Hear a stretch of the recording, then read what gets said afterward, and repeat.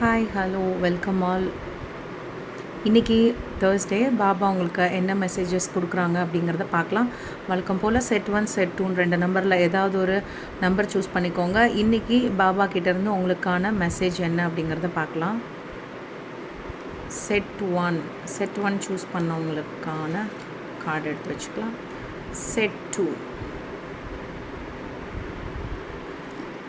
இது set 2. Okay, set நினச்சிருப்பீங்கன்னு நினைக்கிறேன். உங்களுக்கான ஏதோ ஒரு நம்பர் இன்ட்யூட்டிவாக சூஸ் பண்ணிக்கோங்க, உங்களுக்கு எந்த மெசேஜ் கிடைக்கும்னு. இது செட் 1 சூஸ் பண்ணவங்களுக்கு பாபா கொடுக்குற மெசேஜ்.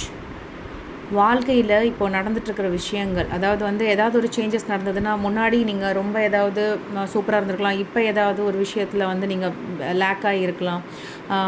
ஒரே மாதிரி லைஃப் போயிட்டே இருக்காது இல்லையா? மாற்றங்கள் அப்படிங்கிறது நிரந்தரம் இல்லை, வாழ்க்கையில் மாறிட்டே இருக்கும். இப்போ கஷ்டப்பட்டுட்டு இருக்கீங்க அப்படின்னா அதே தான் நிரந்தரமாகுன்றது கிடையாது. நீங்கள் சடனாக உங்களுக்கு வாழ்க்கையில் நீங்கள் முன்னேற்றம் கிடைக்கும். ஸோ இப்போ ஏதோ சஃபரில் இருக்கிறீங்க, எப்படி இதெல்லாம் நடக்கும்னு நான் எக்ஸ்பெக்ட் பண்ணலையே, ஏன் இப்படி ஆயிடுச்சுன்னு யாரோ கவலைப்பட்டுட்டு இருக்கிற மாதிரி தெரியுது. இது மாற்றங்கள் நிகழத்தான் கூடியது, இயற்கையானது தான். ஸோ வருத்தப்படாத, சரியாயிடும் அப்படின்றத சொல்லியிருக்காங்க பாபா. செட் 1 சூஸ் பண்ணவங்களுக்கு.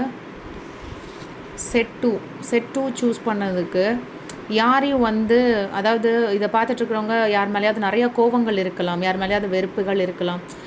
யாரையும் பார்த்த உடனே இவங்க இப்படி தான் அப்படின்னு சொல்லிட்டு ஜட்ஜ் பண்ணாதீங்க அப்படின்ற மாதிரி உங்களுக்கு சொல்லியிருக்காங்க. வெறுப்பு யார் மேலேயாவது இருந்ததுன்னா அது எல்லாத்தையுமே வெறுப்புகளை தவிர்த்துருங்க. எல்லாருமேலேயும் அன்பு செலுத்தி அன்பாக பார்க்க ஆரம்பிங்க. ஒருத்தர் உங்களுக்கு பிடிக்கல அப்படிங்கும்போது அவங்க நல்ல விஷயமே உங்களுக்கு செஞ்சால் கூட அது தப்பாக தான் தெரியும்.